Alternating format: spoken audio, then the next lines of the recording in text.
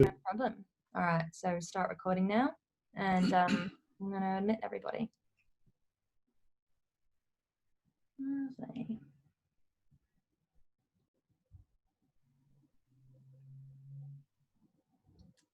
Hello, everybody. Just waiting for the last couple of guests to enter from the waiting room. Lovely to see you all this evening. Thanks so much for joining. There we are. Okay, fantastic. So, as I said, thank you all so much for joining us tonight. We have Andrew Seaton here, who will be talking a bit about his new book, Spiritual Awakening Made Simple, this evening. I'd first like to begin by acknowledging the traditional owners of the land on which I am currently broadcasting to you from, the Yagara and Turrbal people.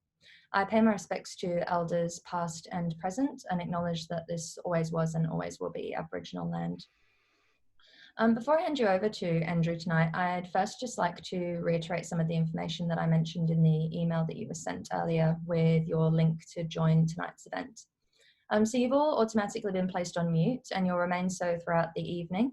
However, Andrew is keen to answer your questions if there's time at the end of the event, which I'm sure there will be. So please start sending them through as you think of them using the chat box. If you can't see it, it's towards the lower left of your screen. You can click on that icon and it will open up the chat box where you can type your question. It'll come straight through to me and then I'll read it out along with your name if you'd like me to do so when we head to the Q&A part of the evening. I'd also like to mention that we have a special promotion on at the moment, which is that if you use the code EVENT, E-V-E-N-T, at checkout on our website, you'll receive 10% off your order site-wide. So as I said about that chat box, that's where I'll be posting the link for you to purchase your copy of Spiritual Awakening Made Simple shortly. So please get in early if you'd like to make the most of that 10% offer that we have. And so I'd now like to introduce Andrew Seaton. Andrew delved deeply for more than 4 decades into educational philosophy and psychology, old wisdom and new science, reports of higher consciousness, and a wide range of personal development, holistic wellness, and spiritual awareness practices. In 2006, he resigned from a 2-year stint as an education academic in order to focus on unlearning his education and other conditioning, and on awakening the fuller functioning that he had come to see so clearly as possible and desirable. His spiritual awakening began in earnest in September 2018. Andrew is now focused on sharing with adults his practical insights into dissolving troubling thoughts and emotions and awakening the authentic self. And so before I hand over to Andrew, I'd like to just first read you all a bit about Andrew's book for anybody who has yet to pick up a copy. So in this inspiring and above all practical book, Andrew guides us to the peace of our true nature as the observing awareness beyond the mind. The book explains how, beginning in our infancy, we experience spiritual forgetting. The mind creates abstract interpretations of the world and who we are. These conditioned interpretations become self-fulfilling and create our life experience, our karma. Learn how to see the world as it is in reality, rather than through the distorting filters of the conditioned mind. Discover how simple it is to clear away the mist of the conditioned mind and instantly drop into the awareness self, which is who you really are. Importantly, this book shows the reader how to avoid some of the common frustrations and traps in spiritual awakening. Perhaps best of all, it offers a simple strategy for holding in mind the ways of experiencing everyday life as the awareness self, a simple strategy for spiritual awakening. Spiritual Awakening Made Simple offers a concise, unified, and practical formulation that will help you to awaken to your own true nature as peace, contentment, and connectedness with all life. And so with that, I would love to hand over to Andrew. Please, can you begin by telling us more about your work, Andrew? Well, that's always a kind of a tricky question. What perspective or what time frame to kind of use. You know, you mentioned that I've got some background. Most of my working background, not all, but most of my working background has been in the education field. But both in my personal life since my late teens and in my working life, on both kind of tracks, I've been really trying to dig beneath the surface of what's commonly assumed about life and what's commonly discussed about life. I've always had a sense that there's more to this whole game of life than appears on the surface.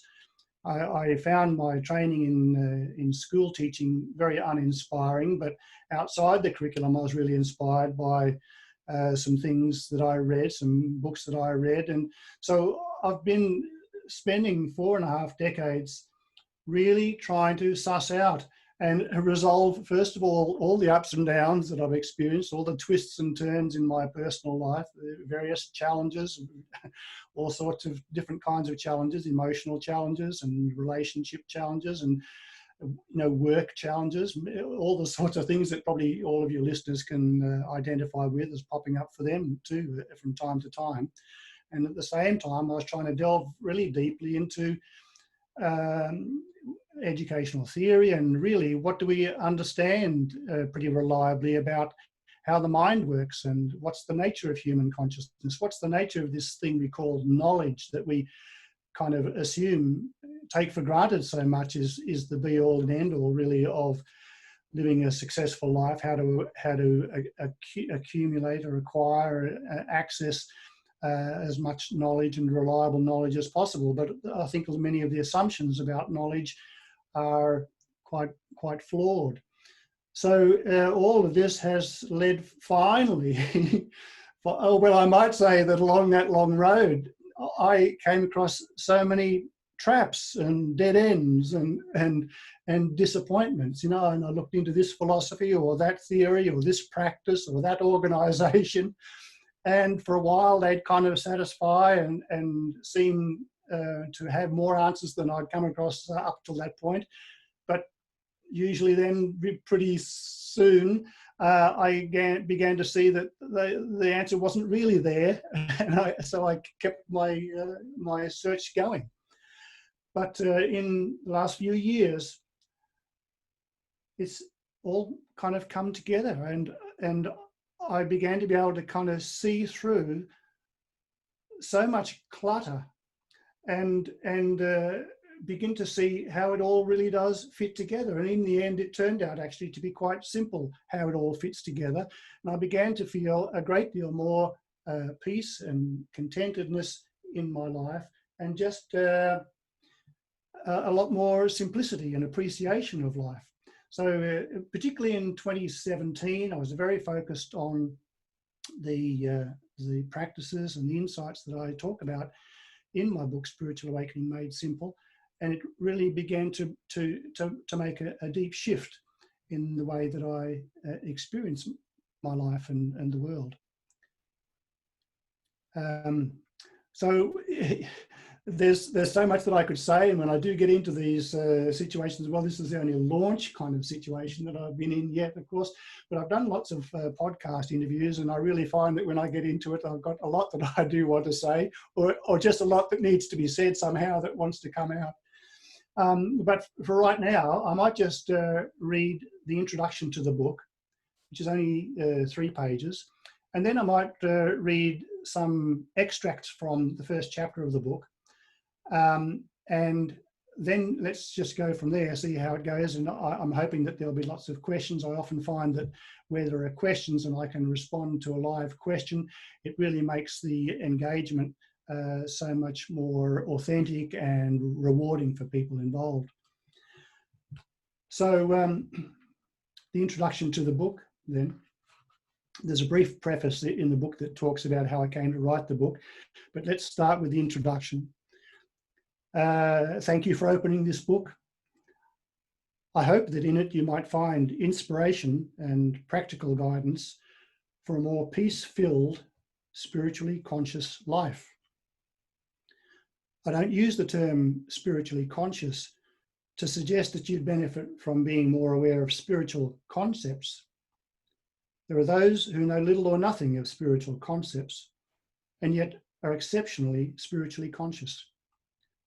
On the other hand, many people who are very aware of spiritual concepts are quite unconscious, spiritually speaking. That would include most of humanity. I use the term spiritually conscious to refer to an awareness beyond the conceptual mind, beyond thinking. The insights described in this book are broadly consistent with a huge body of wisdom expressed over thousands of years, particularly by people who've realised their inner nature. They're also consistent with many contemporary understandings about human functioning.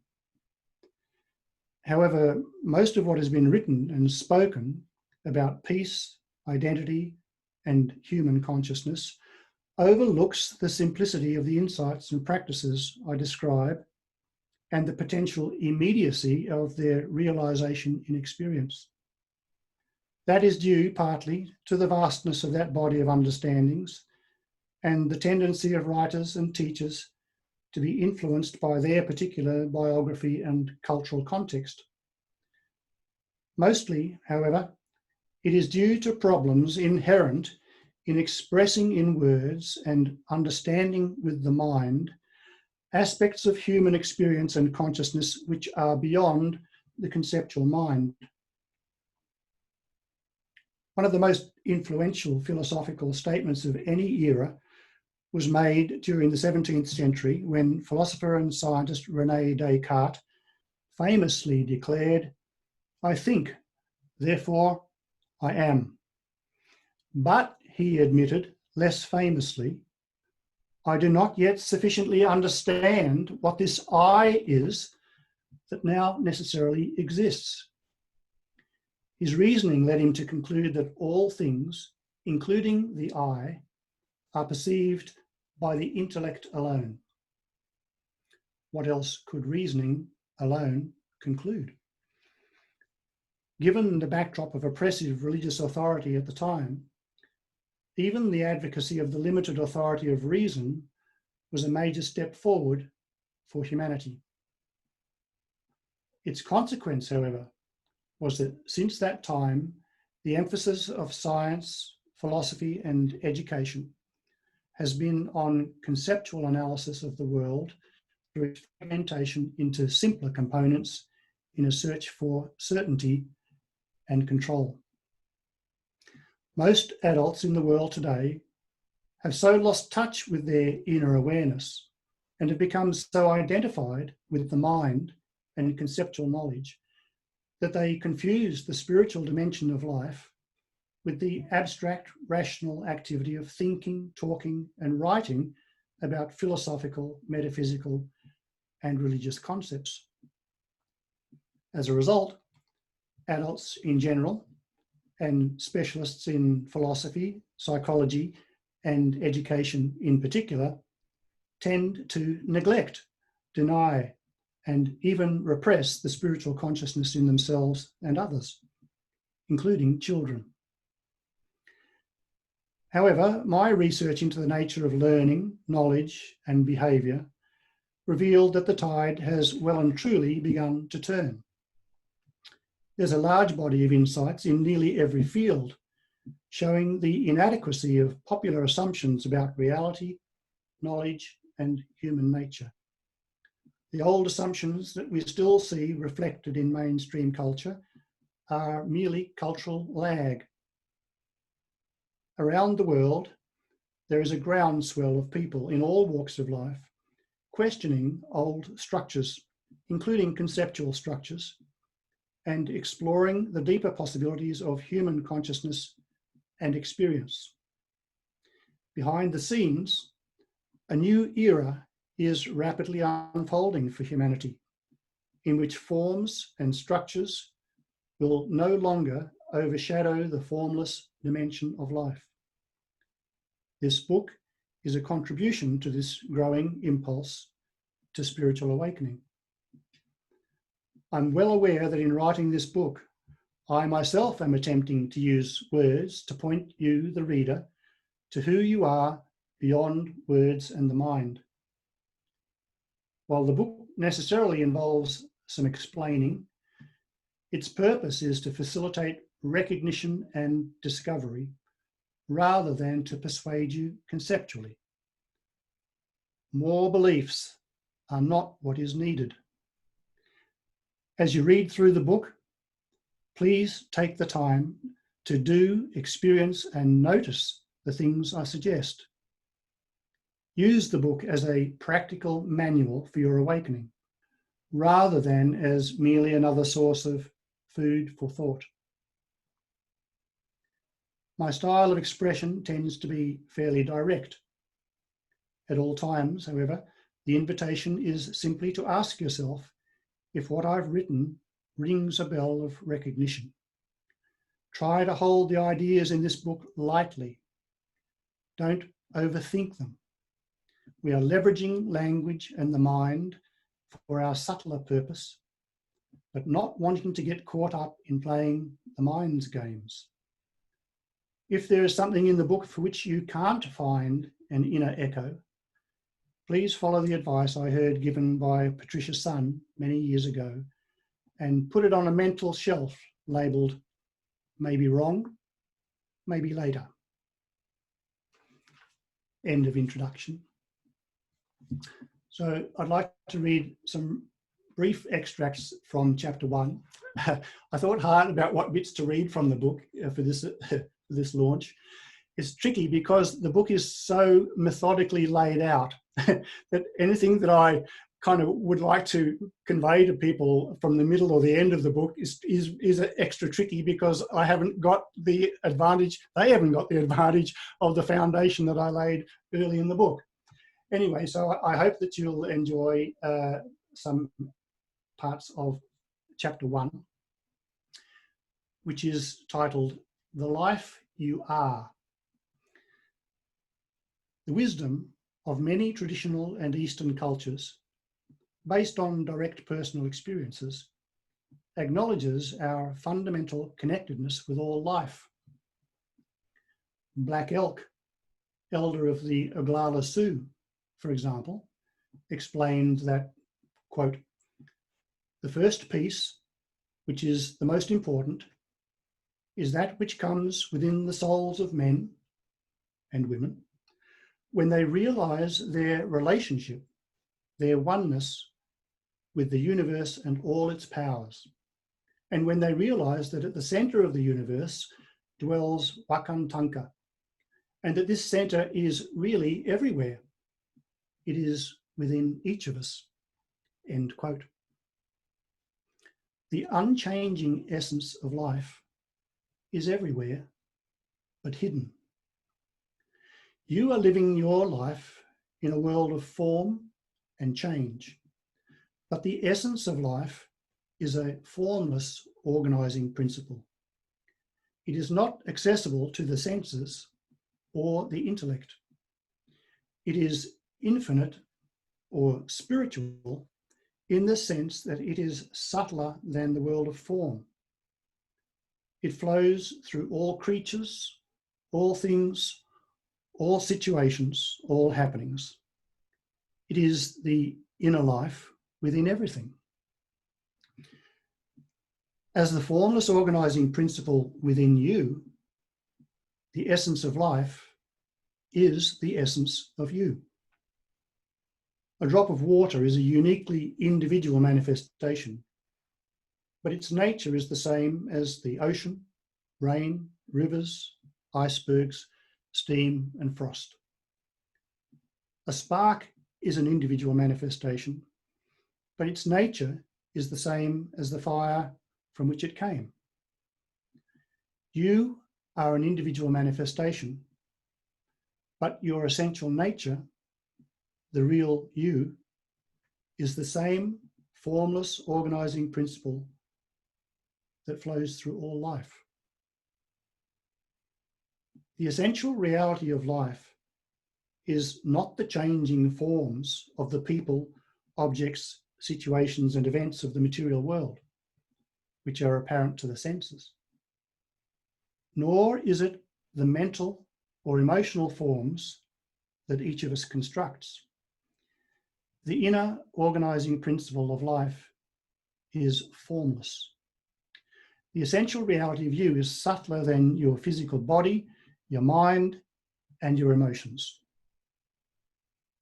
You have a body, a mind, and emotions, but you are not your body, not the contents or operations of your mind, and not your emotions. These forms have changed during your life, but the essence of you has not changed. When you were 10 years old, did you feel like you were you? Did you feel like you were you when you were 15? When you were 20? When you were 30? When you were 40? Do you feel like you are you now? But has your body changed? Are any beliefs different? Have your pleasures, concerns, and roles changed? You might have a memory of being happy at 10, unpopular at 15, uncertain about finding a partner at 20, not as financially well off as you would like at 30, and wanting a divorce at 40, in brackets, to use some not uncommon examples. But beneath the thought, emotion, or situation that you may recall, was there a sense that you were you, having that experience? You are the underlying awareness that has remained constant through your life, if mostly hidden. I'm going to skip forward now half a dozen pages and read the last couple of pages of chapter 1. In between times, what I'm missing out is where I relate, part of what I relate there is some descriptions of awakened consciousness that have been shared by people who've woken up spiritually. Many of them comment about moving beyond and seeing the limitations of their conceptual mind. So now we pick up at the end of the fourth of those quotations about spiritual awakening. Just these few examples of awakened consciousness suggest two surprising things. The first is that what seems, more than anything else, to get in the way of our experiencing the immense peace and joy of connected consciousness is what we think we know with our conceptual mind. In fact, many wisdom teachings warn us of the limitations and distortions of the rational processes of the mind. The Lankavatara Sutra, for example, explains that, quote, "Those who vainly reason without understanding the truth are lost in the jungle of the vijnanas, the various forms of relative knowledge, running about here and there and trying to justify their view of ego substance. The self, realized in your inmost consciousness, appears in its purity. This is not the realm of those given over to mere reasoning." End quote. And in Tao Te Ching, Lao Tzu observes that, quote, "The more you know, the less you understand. In the pursuit of knowledge, every day something is added. In the practice of the Tao, every day something is dropped. Can you step back from your own mind and thus understand all things?" End quote. Subheading Spiritual Awakening is natural. The second surprising thing suggested by the above few examples of direct awareness of oneness with all of life is that nothing could be more natural. Your awareness self is already complete, already who you are. Spiritual awakening is not the result of fixing or improving yourself. The notion of spiritual development is a myth that can be a great hindrance. Awakening occurs naturally as you give up on the interpreting and judging mind. It is not a case of becoming something that you are not, merely of letting go something that you are not. Like sliding down a slippery slide, awakening has its own inertia once you let go of ideas of who you are, what things mean, and how things should be.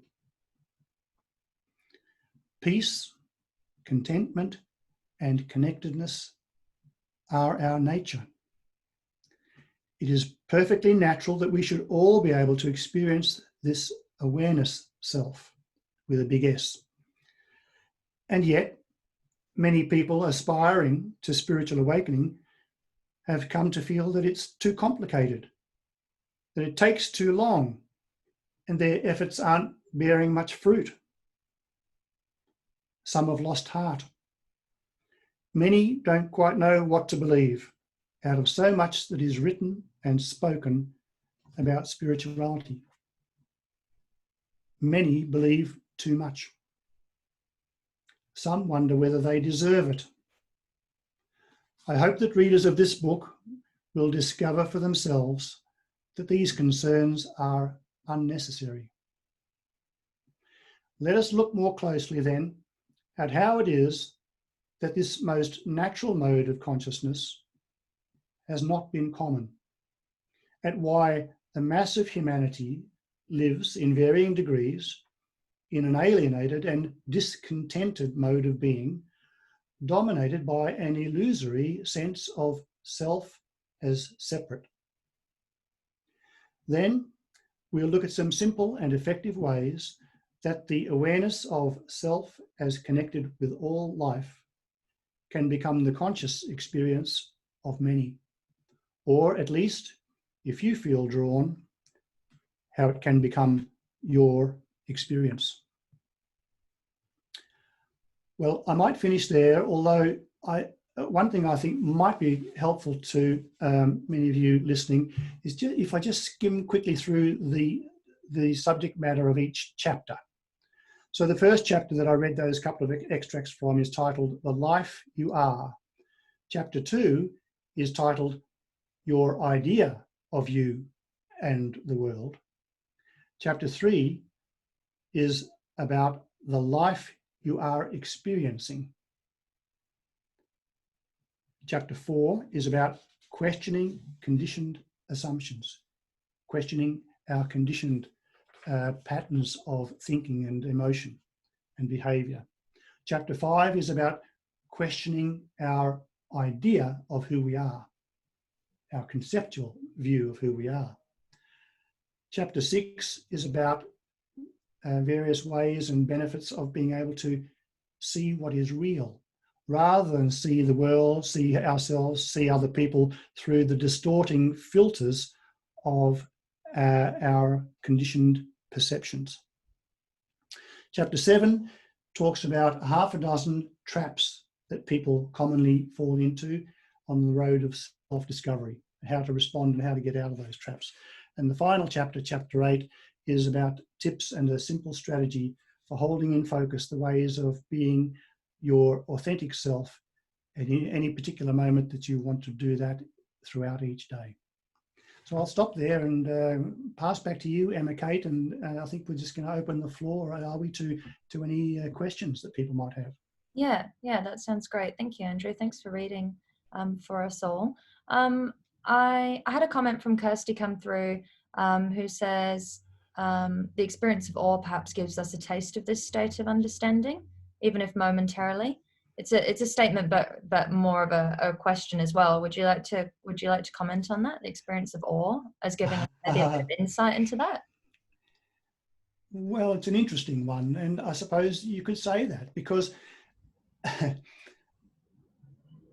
I guess it's the nature of awe that we can't express what we're experiencing. It's a sense of real. In fact, often it seems to be more palpably real than our common experience, and yet it's not something that we can tell somebody about or clearly express or translate to somebody else. So I suppose it could be said that this sense of awe is one particular manifestation of being really present, not mediating my experience of the world or who I am through my mind, but awe is an example of a more direct sensing of what's real that's not mediated by the mind. So in that sense, I would agree with Kirsty that it is a manifestation of this experience of being fully awake. Thank you. Can I ask how you came to write this book? Well, I mentioned earlier that I'd sort of been looking all of my life at what's beneath the surface of life. And I began not only through a lot of deep study that I did into education and the thinking, the assumptions underlying it, then what's the nature of knowledge, what's the nature of learning, but also in my personal life, I was still grappling with trying to make sense of who I am and my life and how I live it and how I experience and all the emotional ups and downs. All the highs that I had were fine, but I also had lots of frustrations and lows. I've had successes, wonderful successes, but I've also had failures, and I've had times when I felt it difficult to feel good about myself.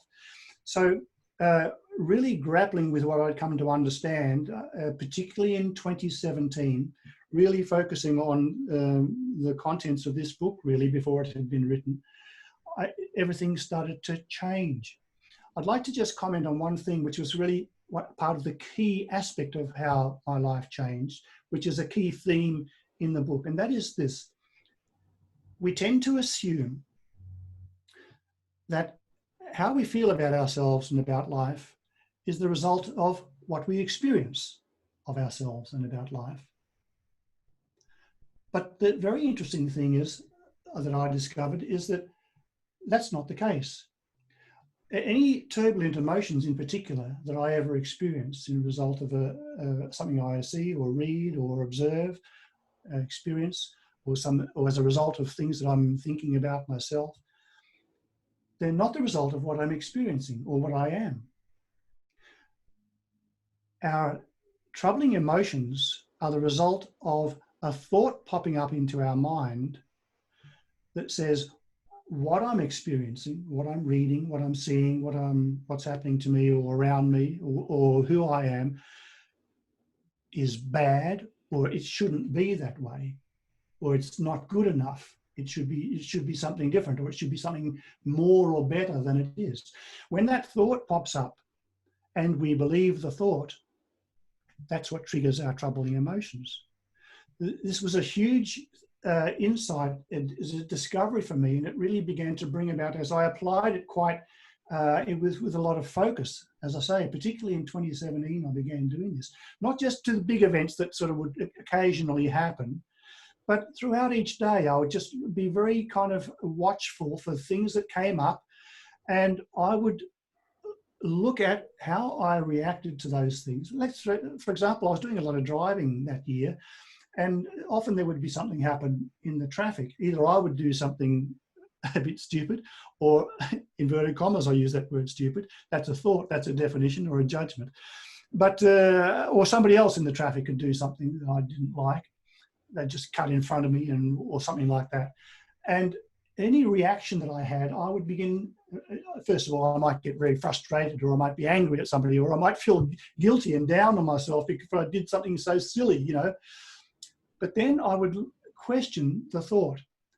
Do I know for certain that what just happened or what I did is bad? Do I know for certain that all its effects are going to be bad for the other person who I cut off in the traffic, for example? Or do I know that the effects for me are going to be bad of what that other person did silly in the traffic? And I would quickly see that there's no way that I could know that what just happened is bad. I can't know all the flow and effects. And if I asked myself, is it possible to see or even to imagine something good that possibly could come out of what just happened or what I just did, I would always have to admit that, well, yeah, it is possible, possible to see something good that could potentially come out of that. So I began to see and really have this shift take place in me as a result of this recognition that it wasn't my experience that was ever the problem. And it wasn't ever who I am that was ever the problem. It was a thought that pops up in my mind that something is bad, or that I'm bad or insufficient or something like that, and my believing of that thought. This is a huge shift to take place in a person's life. It was a huge shift to take place in my life, and I see it in some other people's lives happening as well. So it's not what we experience that is really usually what we think about who we are and about life. It's the thoughts that are an interpretation, influenced very greatly by conditioned patterns of perception. And when we question, here's the real gift in all of this, that any thought that does pop up in the mind, any conceptual idea, can never be shown for certain to be true. They can all be refuted. They can all be seen from another perspective or another point of view. And so when we do that, we see that thoughts are just thoughts. Knowledge is not this copy of a reality, this knowledge that we kind of feel we have because we've just read something or seen something or perceived something. When we question the thoughts that come up in our mind, we see that we can't know that they're true. And now when we question a thought and see that there's no way we can know that it's true, and it could just as easily be turn out to have the opposite kind of result than how I'm feeling about it or judging it, we begin to see that the thought's not reality, and it just crumbles into dust. And when that happens, the emotion that was triggered by the thought that something is bad or not how it should be, or that I'm bad or not as good as I should be, the emotion just dissolves. And I began to notice how incredible this was, that when I questioned my thoughts about things, I would just come back to being really peaceful and present, not interpreting what I was experiencing through distorted filters of perception that were conditioned, but just seeing things more as they are, and still responding to things, being in a conversation or being, responding to things happening throughout my day, but doing it from a peaceful space of presence, rather than from what often would happen, be an agitated state or just a general background sense of dissatisfaction. And so this is part of what is that peace that arises when we question a thought and we just then left present. What's left is who we are. What's left is who we are. Peace-filled awareness, peace-filled presence.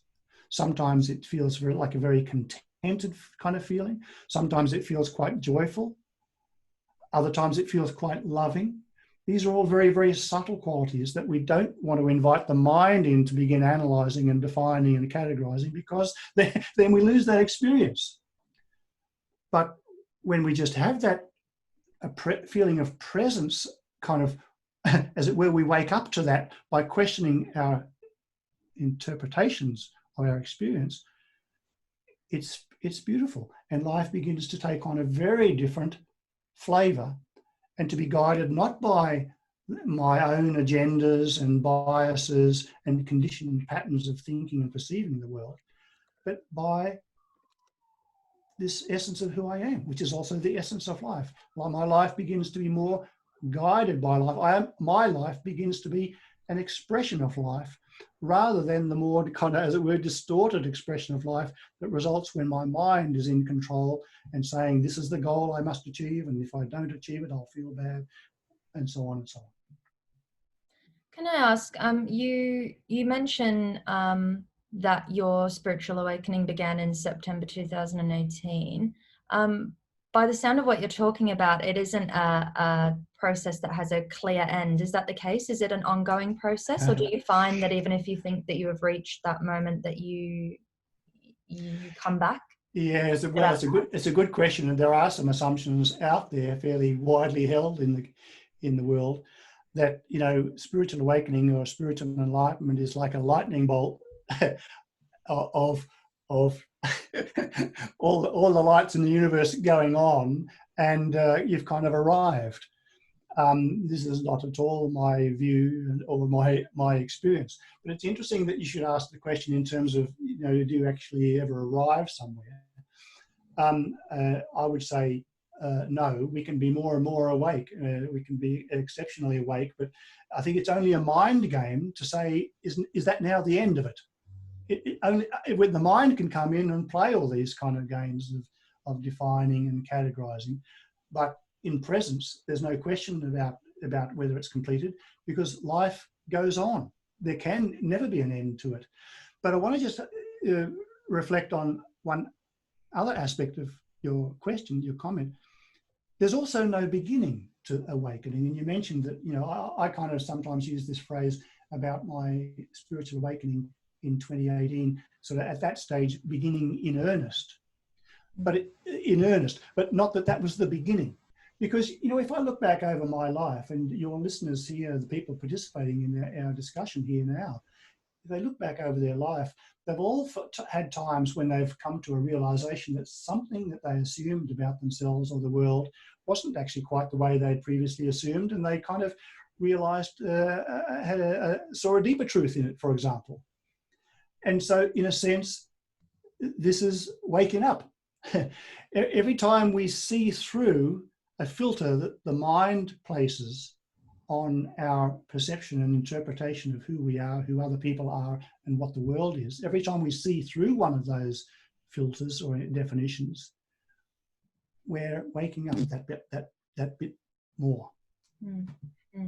Do you think that there are new challenges to spiritual awakening in the present, given our current circumstances, particularly with the widespread lockdowns? Or do you think that perhaps this is now the perfect time in one way, since a lot of us are spending more time alone and with ourselves? Yeah, that would be more my view. Somebody recently asked me a similar question. And just as I was explaining, you know, a few minutes ago about how it's not what we experience that troubles us. It's believing a thought that what I'm experiencing is bad. Now, this situation of the COVID pandemic can be experienced as a tremendous gift, if people want to, because it's a wonderful opportunity where many people are having an initial, maybe even a sustained response to changes in their life, you know, lockdowns or loss of income, or maybe complete loss of job, or various emotional and other practical limitations or difficulties.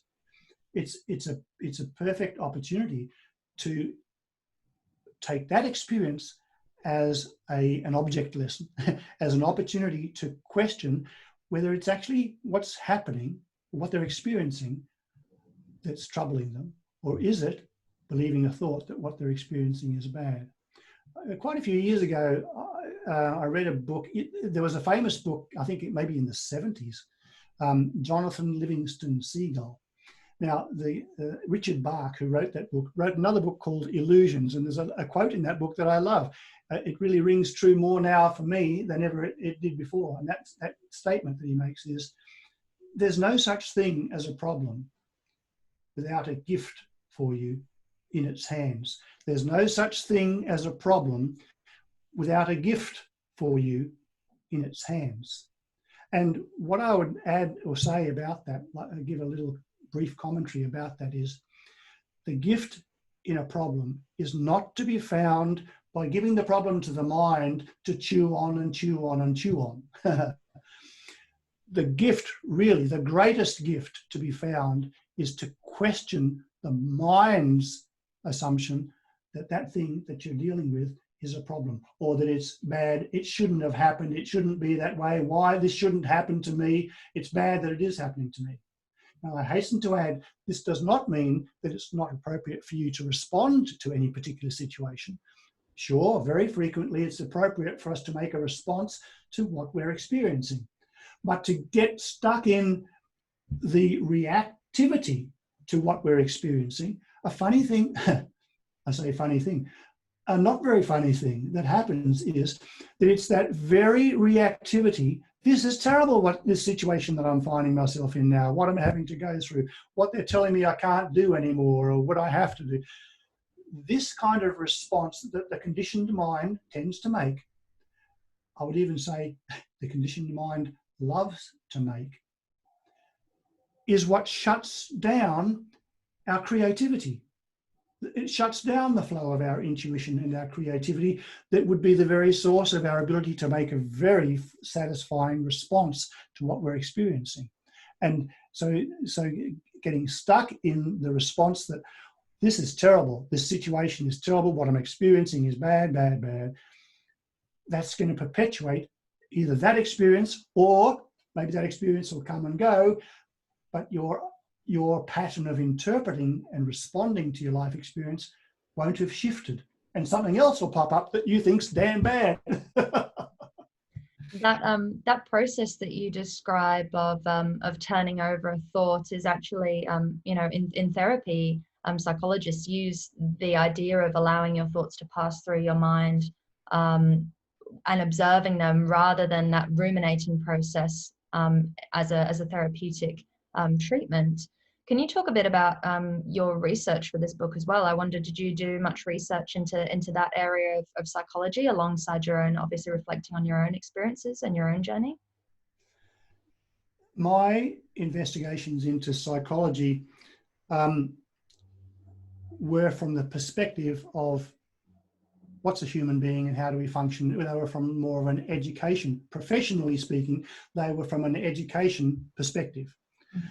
They were not from a psychology profession perspective. Now, there's a nice phrase I heard some guy use about 20 years ago: when we get too rigid about our separation of different subject areas and different profession areas. He talked about how we often have an experience of a hardening of the categories. So I have learned a great deal about psychology, but I'm not able to, of course, to call myself a psychologist. This is just a professional thing, but I can certainly say that in the research that I did into education, much of the research I did a PhD based on roles that I had, about 4 or 5 different roles that I had from 1999 to 2005. Quite a few different roles facilitating change in education Queensland. They were really exploring some very bold and ambitious new ways of thinking about and delivering teaching methods and curriculum structures and so forth. So a lot of my research was based on, what gets in the way of change, what we need to understand about how to make change more effective. But the other side of what I was delving into was looking into what's known. What do we know about learning and knowledge and human intelligence? And it's kind of, it could be a very big topic of discussion to follow through with, but of course won't do that now. But look, here's the key, the really heart of what I discovered. What gets in our way as human beings more than anything else is what we think we know with our conceptual mind. There's much that could be said about that, but really my book, Spiritual Awakening Made Simple, it's a very readable book. I wanted to make it a very readable book, but it actually is also a book of philosophy of science, philosophy of knowledge, philosophy of consciousness. But I really hesitate to use the word philosophy, because many people will then immediately jump in and say, well, it's all theory then, is it? Philosophy is often associated with this notion of intellectualizing about things. There needs to be some use of concepts and explaining of things, of course, but I've been at pains in the writing of this book, and even as people will remember, and listening, people with us now will remember my reading in a few minutes ago from the introduction, that it's not a book primarily about spiritual concepts or any kind of concepts, and I'm not wanting the reader to be persuaded to accept any ideas or believe anything. It's very much been written in the hope that people will use it as a practical manual for their own self-discovery, their own recognition, their own light bulbs going on, and their own experiential self-validation. There's lots of things to do and to think about, and lots of anecdotes I give from my own personal life to illustrate points that I make. So it's very experiential. And one of the key themes is a very simple step-by-step way to engage in this process of questioning the ideas that we have, that we assume are true about who I am, who other people are, and about the world. And what we discover is there's no... Now, again, so much to say about this, but so little time. I also explain in the book, that doesn't mean that human knowledge is useless. Doesn't mean that the conceptual mind has got no role to play. I mean, many of the things that we enjoy, the practical advantages we have in the world, the things that we use to do things, of course, so much of these things have been developed through the application of the human mind. But as I also point out quite briefly in the book, really they arise more out of intuition, and then the reasoning mind comes and works through that and looks at how, in what context does it work this way, in what context does it work that way. But even this practical knowledge that the human mind is so helpful in giving us is ultimately not the whole truth. It's only ever a construction, a mental construction, a provisional construction of the world. It's not ever a copy or a mirror of the world. But even more so in our general day-to-day knowledge, what we assume to be what we know about who I am, who you are, about the world around me, these sorts of things, that what we assume to be who I am, I know who I am, and I know about a fair bit about the world. I've lived for 20 or 30, 40, 50, 60 years. I know a fair bit. If we look at that knowledge, it's not reality. And that doesn't mean you somehow need to purge everything. It just means that when something pops up that you're not comfortable with, use the tools that I give in the book to question the thoughts that you're having about what you're experiencing. You quickly notice that there's no way you can know that the thought that triggered your troubling emotions, that thought is true. And so you come back to feeling peaceful. And in that peacefulness, far better able to creatively and effectively respond to your situation. Let me give you a very quick example about how this might apply even in regards to my knowledge of who I am. Say I do something, a couple of weeks ago, I did something that I feel really terrible about. Maybe it was something I said to somebody, just blurted out, and it hurt them or offended them. Anyway, we could think, people here can think of a 1,000 possible things that they might have done last week that they feel bad about. I can see Mary nodding, and I don't know if it's nodding in response to my comment. Sorry to single you out there, Mary, but thanks for that. So say last week I did something I feel, oh God, what a loser, or what a terrible person I am, or I feel so guilty for having done that, or I'm so stupid, or there's lots of adjectives that the judging mind might use.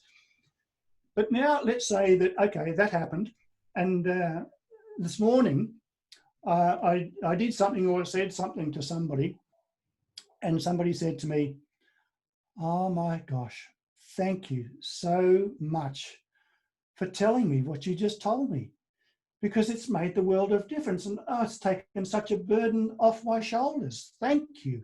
You are such a kind and insightful, beautiful person. Just to map out a quick example, right? So a week ago, I did something that made me feel I was a terrible person. And this morning, I did something that I felt, wow, actually, I said and did something that I feel really good about. And somebody else said, wow, it's lovely that you're such a good person that you said or did that thing. So which is true? I'm not a bad person because I've always been me. That's a constant. We talked about this earlier, and in the part of what I read from chapter 1. I've always been me all my life. So that's a constant. So I can't be a bad person like I really felt that I was last week, because this morning I felt, and somebody else even said to me, you are a good person. So a bad person can't be who I am. But here's the other problem. I can't be a good person either. Because last week I did or said something that made me feel, and maybe even somebody said to me, oh, you are a bad person. And I felt terrible. So good person is not who I am either. Here's the incredible thing. And as we, even just in giving this little illustration, you people with us now are starting to notice there's no way that I can know that that thought that I'm a bad person is true, because it's always easy to see exceptions, or things could even turn out something that seemed to be bad. A year later, that person could say, oh, look, I was really angry with you, but gosh, that's turned out good, what you know. So we can't know that bad person is true. We can't know that good person is true either, because it's always possible to see that, you know, I've done bad things, or I might tomorrow do something bad. Nothing, here's a quote from the book. Everything bad that you have ever believed about yourself is false. It was just the judging play of the conditioned mind, just a figment of imagination. And if the people here with us now are starting to get a sense, a dim sense of the incredible liberation that is existing as a seed in that little illustration that I've just given you, that's what the book is written for, because it will lead you step by step to experience this liberation in your own life, in your own sense of who you are. All the burdens will fall away. Let me read just one or two sentences from the last paragraph or two, because it kind of expresses this better than I feel I can.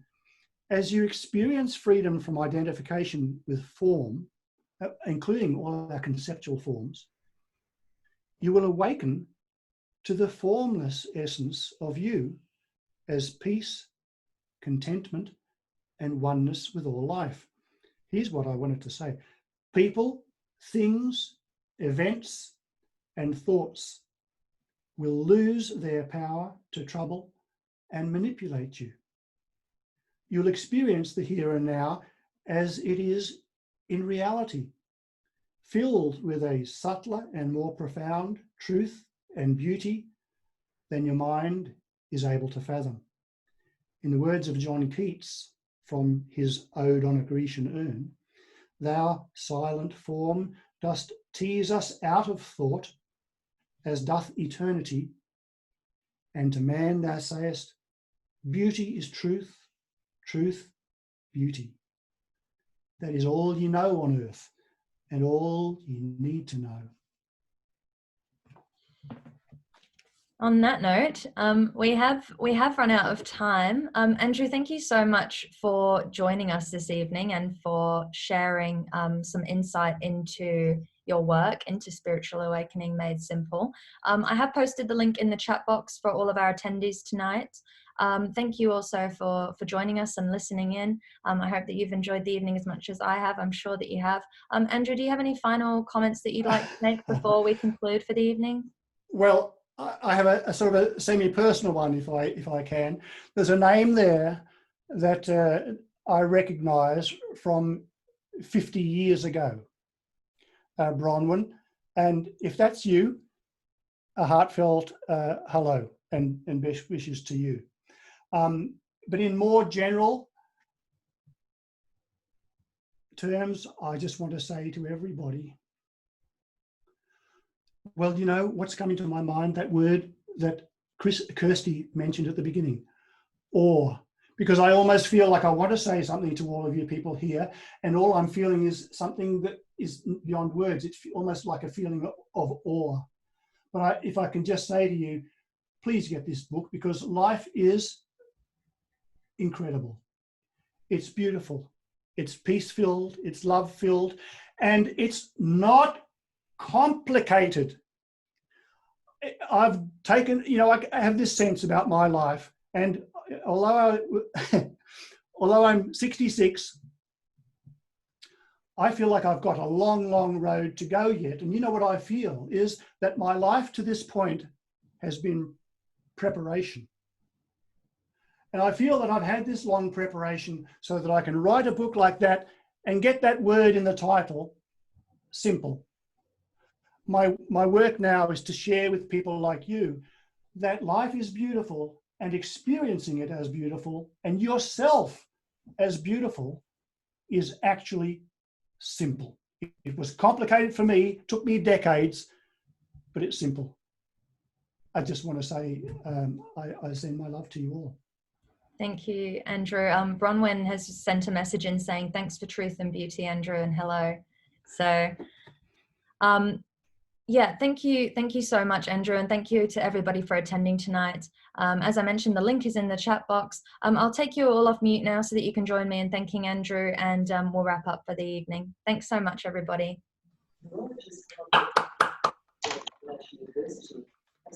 Thank you. Thank you. Have a lovely evening. Thank you.